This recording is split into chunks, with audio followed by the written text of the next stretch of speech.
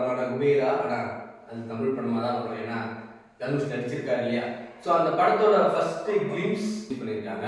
குபேரா படத்தோட எக்ஸ்பெக்டேஷன்றது நம்மள தமிழ் சினிமாவை பொறுத்த வரைக்கும் மேக்ஸிமம் ரொம்ப ரொம்ப கம்மியாக தான் இருந்துச்சு. சரி, ஆனால் அவர் வந்து தனுஷை நாங்கள் இந்த விஷயத்தை எப்படி பாராட்டினே தெரியல. ஒரு பக்கம் டைரக்ஷன் பண்ணுறாரு, ஒரு பக்கம் படத்தையே முடிச்சிடுறாரு.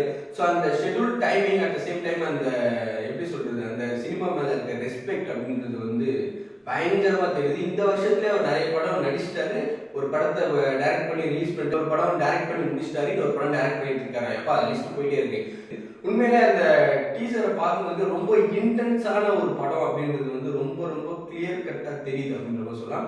அட் த சேம் டைம் அது மியூசிக்லேருந்து, சினிமோட்டோகிராஃபிலேருந்து, எல்லாரோட ஆக்டிங்லேருந்து, நாகார்ஜுனாவும் தனுஷோட காம்போ எப்படி இருக்க போகுதுன்னு சொல்லிட்டு ரொம்ப ரொம்ப வெயிட்டிங்காக இருக்கு. At the same time Rashmika Mandanna Dhanush இவங்க காம்போ எப்படி இருக்க போகுது. At the same time Rashmika மந்தனாவை பேரலாக இங்கே இருக்கிறாங்க, தனுஷ் எங்கேயோ பேரலாக இருக்கிறாரு. ஸோ இவங்க எப்படி ஜாயின் பண்ணாங்க அதெல்லாம் தெரியல. ஆனால் ரொம்ப ரொம்ப இன்டென்ஸாக இருக்கு.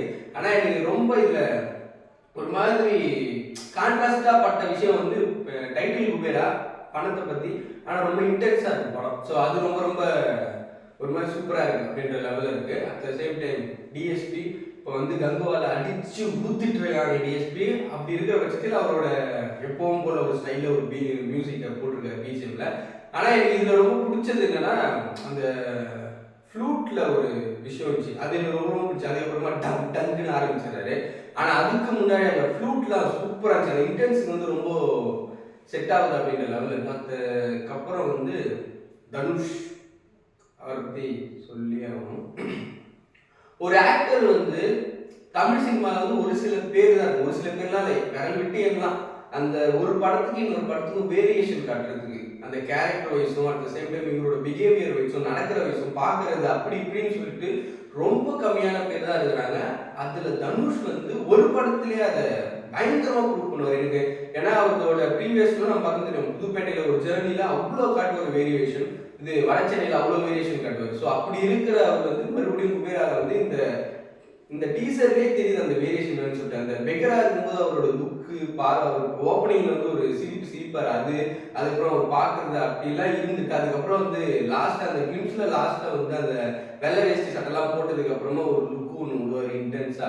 என்ன இது புதுசா இருக்கே உலகம் அப்படின்ற மாதிரி ஒரு லுக்கு நம்மளுக்கு கம்மியாகுது, எனக்கு கம்மியாகுது அப்படின்னு கூட சொல்லலாம். அப்படி இருக்கு சேகர் கமுலா. அவர் எப்படிப்பட்ட டைரக்டர் அப்படின்னு தெரியல. உண்மையிலேயே ஒரு நல்ல குவாலிட்டியான ஒரு இன்டென்ஸான ஒரு படம் தான் இருக்கும் நினைக்கிறேன். இப்போ வரிசையா தனுஷுக்கு இட்டு தான், பயங்கரமான இட்டு தான். ஸோ டைரக்ஷனையும் ஜெயிச்சிட்டாரு. அவர் வைக்கிற எல்லா கோல்லையுமே ஜெயிச்சிட்டாரு. ஸோ அது வந்து தனுஷ் ரொம்ப ரொம்ப ஸ்பெஷல். சில பேர்லாம் வந்து கொஞ்சம் திணறுவாங்க, ஆனால் இதில் வந்து ரொம்ப கிளியர் கட்டாக இறங்கி டப்புன்னு அடிச்சு தூக்கிறாரு. இப்போ ராயனுக்கு என்னதான் மிக்சர் ரிவ்யூஸ்லாம் இருந்தாலுமே அது கமர்ஷியலாக இட்டு எல்லாருக்கும் போய் சேர்ந்துச்சு அப்படின்ற ஒரு லெவலில் தான் இருக்கு. அதே வரிசையில் குபேரா அவரோட ஆக்டிங்லேயும் சூப்பராக போகும். அடுத்தது வந்து நீக்கிக்கு வந்து நான் ரொம்ப ரொம்ப வெயிட் பண்ணுறேன் அவரோட அந்த லவ் ட்ராமாவில். ஏன்னா எனக்கு தனுஷோட லவ் ட்ராமான்றது ரொம்ப ரொம்ப பிடிக்கும். ஸோ குபேரா வந்து இங்கே வந்துடும் டாபிக். குபேரா வந்து மேலே ஒரு இன்டென்ஸான படம் அப்படின்னு மட்டும் கிளியர் கட்டாக தெரியும்.